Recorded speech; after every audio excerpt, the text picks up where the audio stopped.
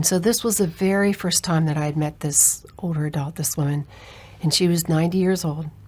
And the first time that I met her was when I got a call from our administrator of the program and said, I'll call her Juanita.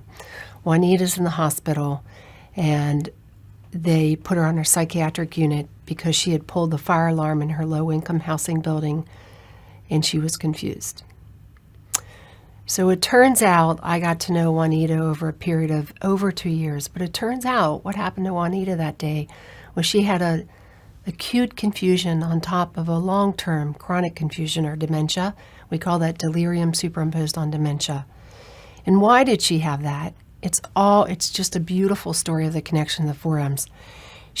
What mattered to her was going out to lunch with her friends. She had actually worked as a telephone operator during the war, and so on Wednesdays she'd go out with them. She lived alone, she had arthritis, she had urinary incontinence, she had irritable bowel disease, and so she were on several medications that interacted.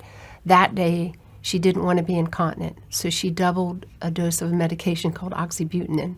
She was also dehydrated, and she had also never had her dementia assessed. So this was the first time I'd met her. So she was in the hospital, and they had not recognized that she had a delirium superimposed on dementia. So you can see like all 4Ms working there, making a difference. And so we were able to address those 4Ms. We were able to taper medications along with her primary care physician, medications that were interfering with her cognition. We were able to establish a baseline dementia.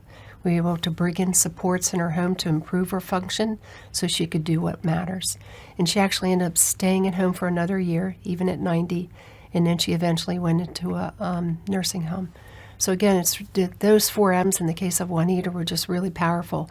And of course, there were other things that were going on, in terms of her care, but the 4Ms really rose to the top in making a difference for her and allowing her to stay at home.